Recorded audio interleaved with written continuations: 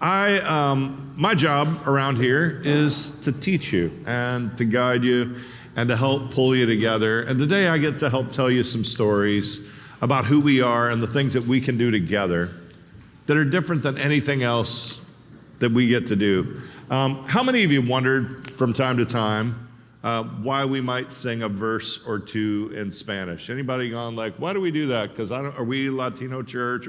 How many people are in the room and Spanish is like your heart language? It's maybe where and you would say like, anybody else that you would go like, there's something that happens to me? Or how many of you learned to speak Spanish later in life and it matters to you, like something happens?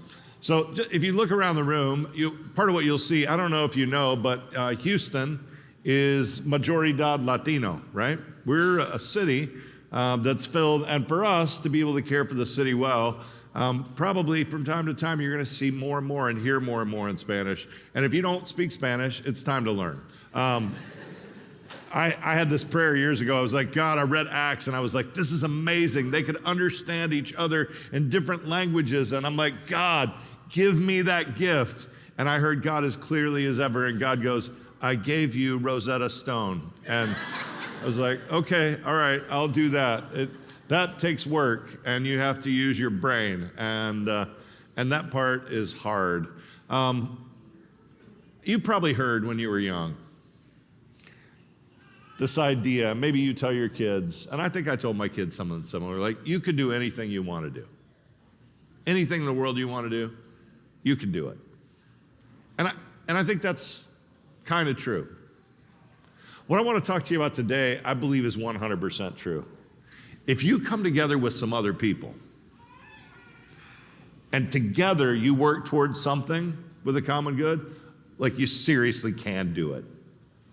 I was in 7th grade. Anybody have vivid memories of middle school that some are horrific and some are also like somewhat beautiful?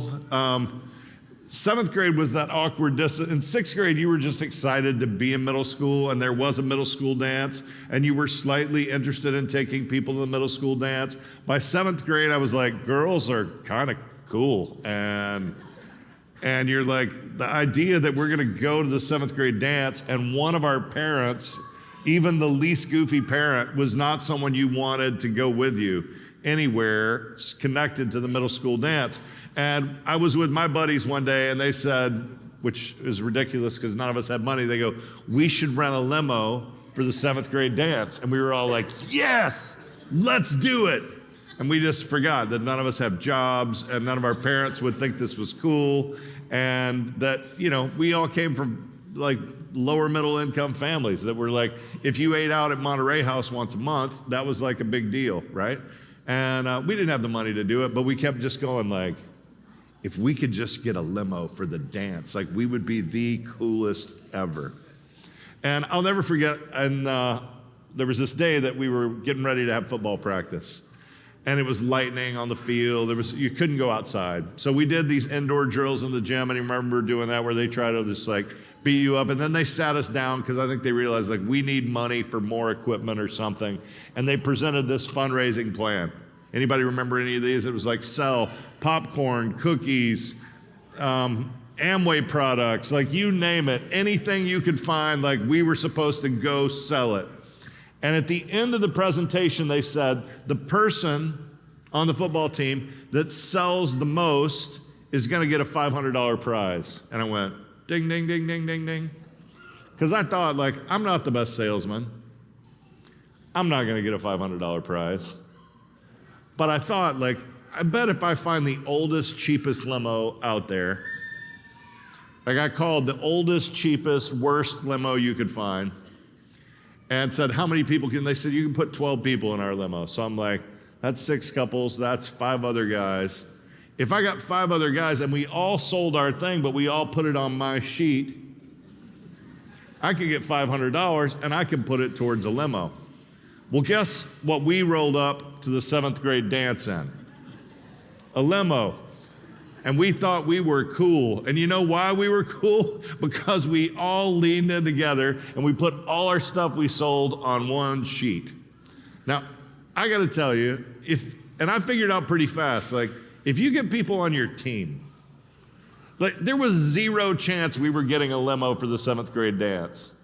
But all we had to do was just pool some of our resources, and we didn't even really give anything. None of us sold that well, but the 6 of us together sold better than any one person out there. And we were smart enough to keep it secret, or somebody else would have imitated us and tried to do the same thing, right? And so we rolled up in the limo, and we made Atascocita middle school history. I doubt nobody's talking about it still, right? But I wonder, right? If you think about what's in your hand, like today, just, well, one literally, some of us coffee cup. How many of you are chapstick people? I have this idea. I think chapstick is addictive. It just makes you need more chapstick. Not just the stuff in your hand, but like in a more cosmic sense. What has God given you? Like, I'm just talking to you right now, not to the person next to you. What talent, what gifts, what resources? Anybody been through a process where you buy a house? I bought my first house when I was 23 and I had nothing. So you go to the bank and they're like, what do you have? And I'm like, I've got a #1 Spider-Man comic book. If you know comics and you know what it's worth today, don't tell me. I don't want to know. I got a few $100. I got an old truck, right? And they're like, you can buy a house for $18,500. So I'm like, I'm going to go find a house for $18,500. And I was in Waco. You can do that then. You can't do it now. Chip and Joanna Gaines have ruined all of that for everybody. You can't buy a piece of a driveway for $18,500 in Waco anymore. But I wonder, like, if you look at what you've got, maybe you've got a talent, a gift that you can cook. You can share food in a way that makes people feel loved. Maybe you're like some of our friends. You have a musical gift that elevates people. Maybe you've got some gifts that allow you to do a job and to do it well. And that compensates you. I've come to realize that I long to, and I always will, find small ways to take what's in my hand and find a way to directly connect it to someone. I think it's really meaningful. I was preaching this sermon last night, and I was making dinner by myself. My world famous, you may not have had them, but I will declare them as world famous, my air fryer hot dogs. They're pretty awesome. You just wrap bacon around them. I think I sent you a photo, Gabe. These are my air fryer hot dogs with H-E-B jalapeno chips. The hard part, right? I'm preaching this sermon. I realize, like, okay, I've done this before. Hot dogs come in a pack of. Nobody here makes hot dogs. Just 8. And so I could eat 3, but I only ate 2. And so I ended up going to share my hot dogs, right? So there's a little homeless camp close to where I am in Sharpstown, and I was down with some other friends, and they loved the hot dogs. They were a big hit. And I enjoyed visiting with my friends and sharing hot dogs. But here's the truth. Like, these one-off things that I do by myself, like, nobody got sober last night. Like, they were grateful for hot dogs. Nobody got into a house and said, like, I'm stable now. Things are all good. Pastor Chris brought me a hot dog, right? There was a moment. There was a connection. There was a reminder, like, God loves you and you're... But I got to tell you, Ecclesia, when we come together and do something, like all of us, we do things that are miraculous. You know, when we were tiny, small as a church, and we had almost no money over at Taft Street, I made it a visit to Liberia and saw people drinking out of rivers and streams, and all of a sudden, we gathered $130,000 and we started drilling water wells all over the Mount Barkley area. And in this Mount Barkley area, you know what hit 2 years later? Ebola. And you know what happened in the areas where we drilled water wells? No one died. No one. Like, none of us could have done that on our own. Like, not a single one of us. What I want to invite you to today is consider that the possibility that when we pool our resources, we can do some things that are literally world-changing. And I'm going to introduce you to one of them today that we get to do. First, let me just tell you what the Bible has to say about a little bit of this. The first one is that there is this divine cycle of generosity. Paul talks about it in 2 Corinthians 9. This is what he says. He says, the one who supplies seed for the sower and the bread for the food will also supply and multiply your seed and increase the harvest of your righteousness. You will be enriched in every way so that you can always be generous. What's Paul saying? When you give, God gives back more. But I'll say this, the one who sows sparingly. This is the point where some of us go like, oh gosh, that's been me. I'll give a little here and I'll give a little here, but it's going to be very sparingly. I'm going to be sparingly generous. He also reaps sparingly. And the one who sows generously reaps generously. Each person should give as he or her has decided in his or her heart, not reluctantly or under compulsion, for God loves a cheerful giver. God is capable of pouring out every blessing upon you, so that in every way you will always have enough of everything. You may overflow in every good work. The one who supplies seed for the sower and the bread, he says. In Matthew 6, it talks about it this way, that some people store up treasures in their homes here on earth. This is Jesus speaking. Jesus said, this is a short-sighted practice. Anybody been to somebody's house, maybe your house, you go like, this is like a museum, right? Like, I'd love one day to have a piece of art worth something. I just have a lot of pieces of art that are worth something to me. And I like that. It's not a bad thing to have something that's worth something, but if your treasure, if what you really treasure is here on earth, it's short-sighted. Don't undertake it. Moss and rust will eat up any treasure you may store here. Thieves may break into your homes and steal, Jesus says, your precious trinkets. Instead, put up your treasures in heaven, where moths do not attack, where rust does not corrode, and where thieves are barred at the door. For where your treasure is, there your heart will be also. I got to tell you, Ecclesia, there's nobody that gave to fund water wells at Mount Barkley or anywhere else we ever have that will look back and go, man, that was a waste of money. Nobody. There's just something about when we pull together and we do something together that we never could have done, it becomes miraculous. Dallas Willard says it this way. He says, what you treasure is what you worship. And I got to tell you, if you worship stuff, you will feel empty. The Bible talks about it this way. It says that God desires first fruits, not leftovers. That we can all share leftovers, but there's something different when we share the very first of what we've been given. Proverbs 3 says it this way. Pay tribute to the eternal in all your affairs. Honor him with the best of what you make. Then your storehouses will be filled with plenty, and your vats will burst open with new wine. Give and give generously, and God will reward you for it. This is one of the things historically, I remember growing up thinking felt complicated. Because the idea for the Hebrews, and the idea in the Bible was that the very first of what you get, you bring to God. That you didn't want it to feel like this is just what I have left at the end of it. Now, for many of us, that felt really complicated. I'll tell you, it's so weird now because so much of what we give is so automated that I get simultaneously an email that says I'm getting paid and an email that says I'm making my donation to Ecclesia. It comes in like back to back, like almost the same time. And in that way, there is not a time that I look at my phone and I get an email that says, this is the gift that you're making, that I think, I wish I wasn't doing that.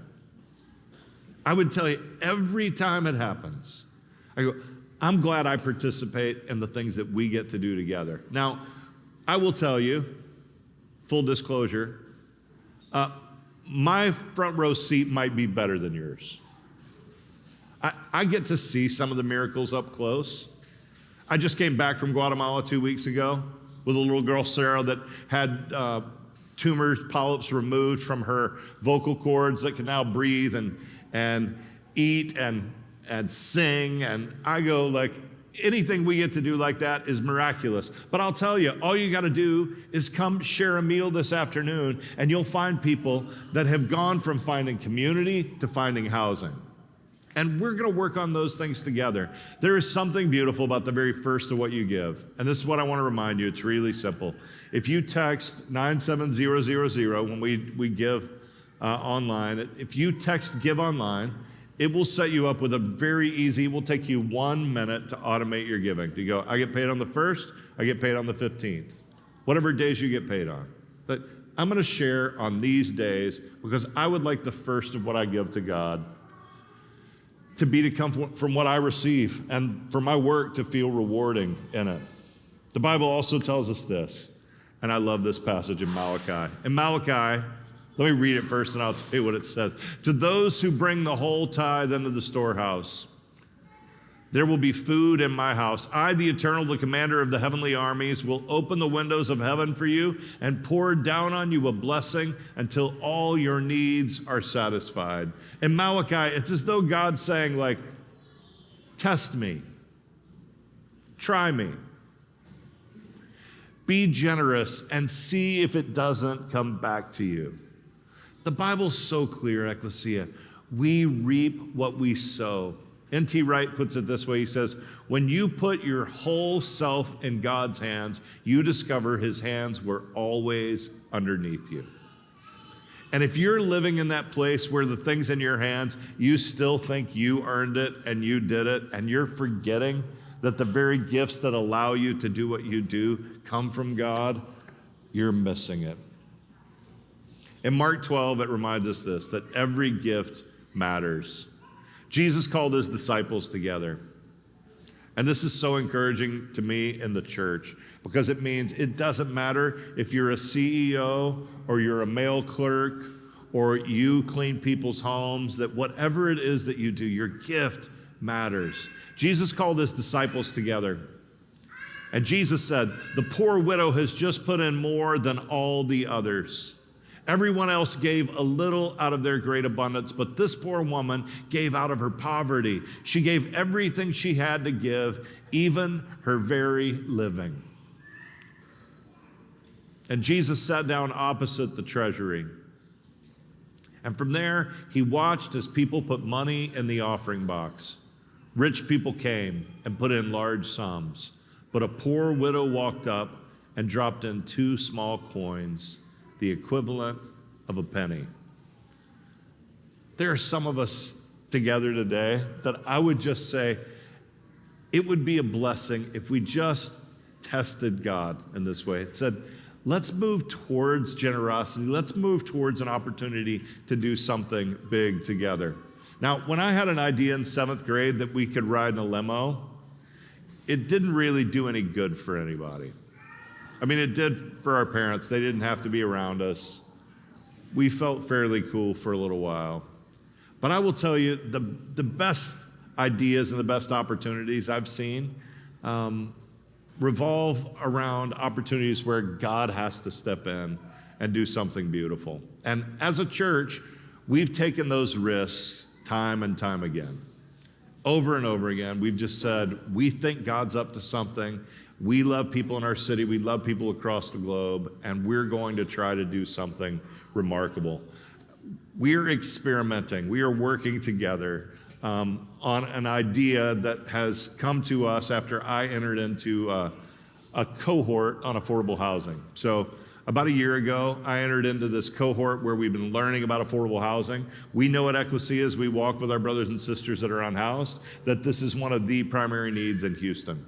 And so we are stepping out in a big risk, and we don't know exactly where it's going to come from. But this past week, we put under contract an office building in Southwest Houston. This is what it looks like.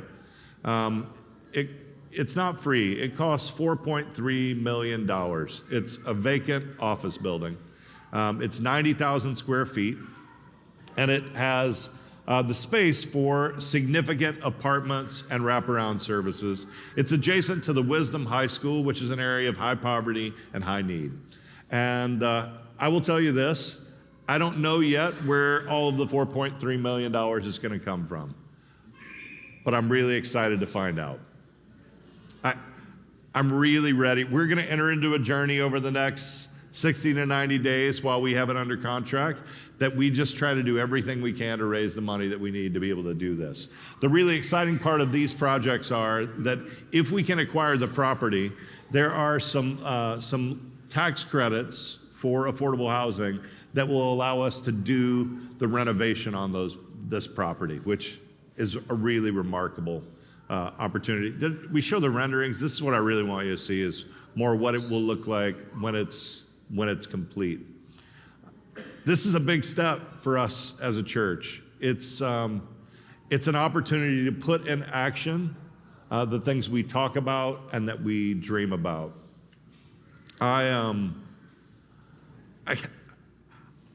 so grateful I'm a part of a church that the congregation wants to do things like that rather than, and by the way, how many of you have broken a wheel on our lack of a parking lot, right? Or a heel? How many, there's so many, you look around, there's a bunch of things we can do. We can be, there's not much fancy around this place. We try to accommodate the kids well. We want kids to be safe. But we've just said, this is not about us.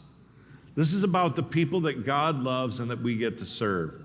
And so this is just the beginning of our opportunities. We have some additional land here that are going to provide opportunities for us to offer housing as well. And this one I want to ask you to do directly.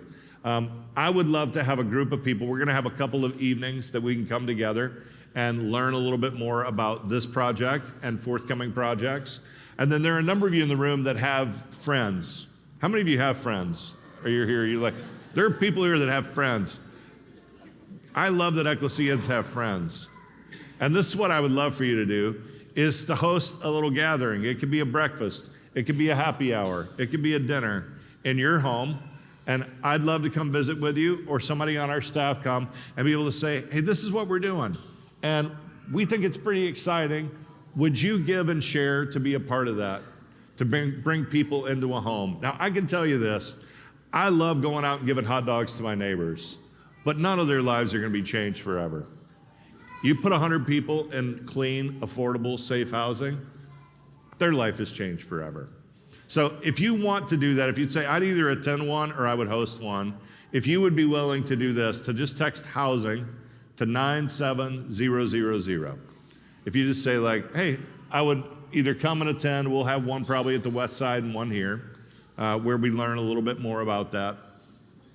Or if you'd say I'd love to have you over to my house and I'll make my famous hummus or my famous air fryer hot dogs. I'm not the only one making them, I don't think. And invite a few friends and share in it. I believe this is going to be one of the most meaningful things that we get to do together going forward. And then I want to remind you, and I'm grateful, by the way, for the opportunity to get to do that with you, that the continual call is just to lean towards one another in community. We have a great story this week of some Ecclesians that decided just to lean in a small group, to bring their son, and to be a part of community in a way that has become truly transformational. And after the service, we've got another meet and greet where you can meet some people that are a part of similar small groups. And so before we come to communion, I wanted you just to lean in and be able to experience this story with us.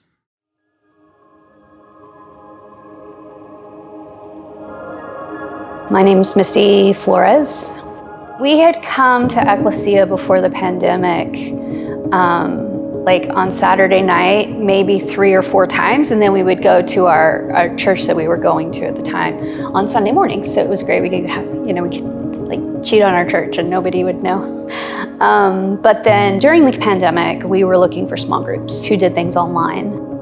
We really wanted for our family something where all of us could participate together, my husband, my son, and myself. And some small groups they kept the kids separate, or they didn't have the kids there. They had women's meetups and men's meetups. And we wanted to all sit together because the faith tradition I came from, the kids were always at your feet. They were always in the room. And so we wanted to be able to study the Bible with people like that. And so when we came across the small group that we did the first night, like we were all three sitting there, and it felt a lot like home. The first time we saw them, we were all sitting on the sofa in our living room, and it wasn't only that there were everybody had different Bible translations and different maturities of faith or different walks of faith and different stories of where they came from. It was multi-generational. And that was really, really important for us, because all of these different voices and cultures and nationalities and ages would be reading from this ancient text that is so invaluable to our faith. And then it would come around to this little 9-year-old voice, and he would be reading, and everyone kind of leaned in. It was just so beautiful, his presence being welcome there. When you've got someone who has grandkids, and then you're also in a group with someone who is just starting a new family, you get a different perspective when you're studying the Bible together. You get a different way of caring for each other or having boundaries for each other when you're being a part of this community. Small groups at Ecclesia are ways of having intimate community, ways of having conversations with people that it's hard to do when there's such a large group. It's like the central home. There's just something beautiful about having people to walk alongside in crisis. You pray together, you help each other move, you take each other to doctor's appointments, or have someone help bring you to church or whatever it is. So they're the people they become like your family. And so if you come here, and if you're at a place where you're ready for that kind of intimacy and community, that's what small groups will offer you.